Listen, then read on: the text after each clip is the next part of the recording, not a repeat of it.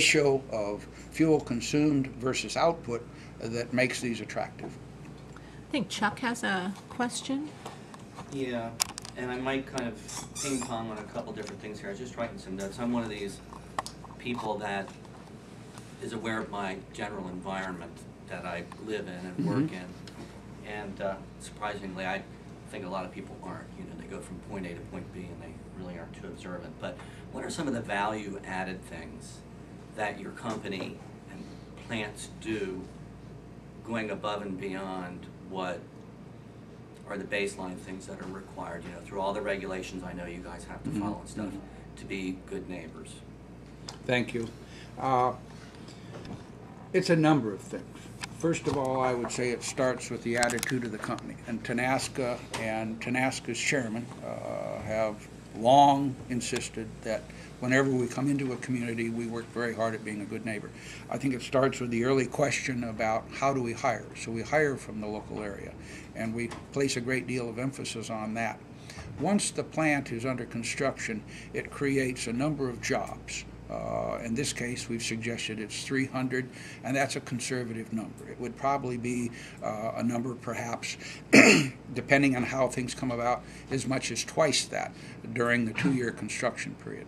And when you're in that construction period and you're talking about a $500 million investment, there's a great deal of money that is spent locally in labor and materials and things like that.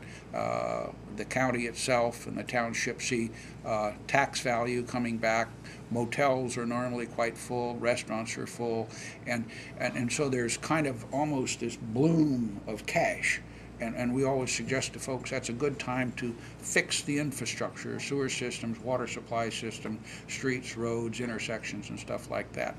The plant itself will bring a certain amount of upgrades for roads and things of that sort that the plant pays for.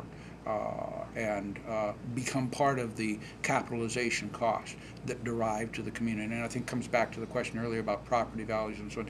So as these things are going on, there's that bloom of cash. Then once it is built and goes into operation, there's probably in the neighborhood of $40 to $50 million of annual revenue that's coming through that plant. And it becomes part of the tax base at that point. It's part of the tax base during construction, so during that couple of years, but the sustaining 30 to 40 year period beyond, that's where we always suggest that counties and townships begin to look at that revenue. And because we don't know how big this is and because we haven't priced it out yet, exact numbers are not at hand today. But it is in the millions of dollars for the investment.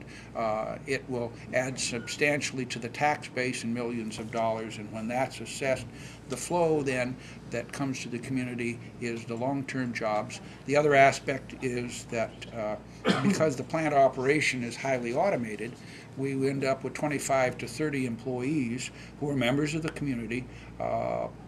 They will be part of volunteer programs. We have an excellent record across the country with employees getting involved in many local programs, United Way and things of that sort. And so those folks will come and buy homes in the community. They'll live here and be part of what's going on. The tax base then flows to both the state and the local area. We have a great deal of interest in participating with local high schools in scholarship programs, a very big issue with us. And it's one that we started about 2002, and we're growing at all of our sites. So it's, and I would point out that during the construction period too, we recognize that it's a chance to make an impression. So we normally get our contractors to participate heavily in the United Way. And the nice thing about that is there's always local charities and groups in need. And when you have 300 plus and maybe as many as 600 workers in your United Way program for a couple of years, it's always been a nice benefit. So for those people that might be driving by the plant or the people that have abutting real estate, are they going to be looking at something that looks like a typical, you know, gas-fired plant, or is there going to be sensitivity to the landscape in terms of buffering lighting, noise, these kind of things that maybe aren't run-of-the-mill and would set you folks apart from other people, or do you give any consideration to those kinds of things? Very much so. When you build one of these plants, it is going to have an impact, both visually and in the community, and we recognize that. And as we look at this site and we look at other sites, we plan to do a great deal of architectural landscaping to help line of sight considerations. We do a great deal for noise abatement. And as I've been describing here this morning a little bit, the anticipated operation is pretty much daytime use. So even sometimes there's a low hum that comes out of these. We describe it as no louder than a conversation between people at the fence line. But nonetheless, it might be there. But with the trees and the geology around this plant, we think that the attenuation of that sound is going to be pretty much close to the plant. What are the decibels of that hum? Pardon? The decibels of that hum. The decibels of that hum, I believe, are down in the neighborhood of 55 to 65. And what I would say overall is we also have now begun to design these plants, we and others. We kind of led it and others have picked up on it, but the lighting is designed to shine down. You know, if you have to send somebody out in the plant at nighttime for maintenance, when we run the plant, we would normally leave the lights off. Now, if there has to be an aircraft light that flashes like some of these towers and stuff, there might be something like that. But normally, we turn the lights off at night. So we are taking a look. The AES plant here did a nice job of putting their two stacks side by side a little bit and ducting to them off of their boilers. And I'd compliment them. They did nice. They kind of made them look more like grain silos than stacks. And we are, in fact, we just had a conversation last week in Omaha looking at how we might make these stacks, both through paint and architectural finish, look more like silos and gather them in a fashion so that it didn't look like a traditional power plant. You know, normally when you build an industrial facility, you pick some sort of a complementary color to the neighborhood, and these are usually, I'm going to say, light cream colors that kind of have a tendency to blend in throughout the year.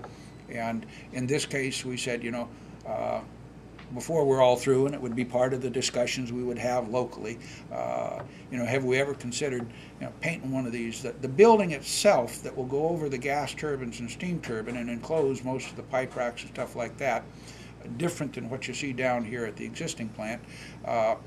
We're going to do that for freeze protection so that we don't have extra cost in running stuff. But then we're looking at what would it take to architecturally finish that structure to perhaps look more like a barn. Yes, it would be a big barn, and we might end up incurring a little bit of mirth because people said, they try to paint that big thing and make it look like a barn, but we don't know. What we'll do is do some artist renderings and look at that from different viewpoints, and then discuss those with the neighbors. Have you been in touch with the Susquehanna River Basin Commission about the idea of drawing water from the Susquehanna River, and if so, what did they say? We've not been in touch with the Susquehanna River. We recognize the steps, and we have, but we don't really have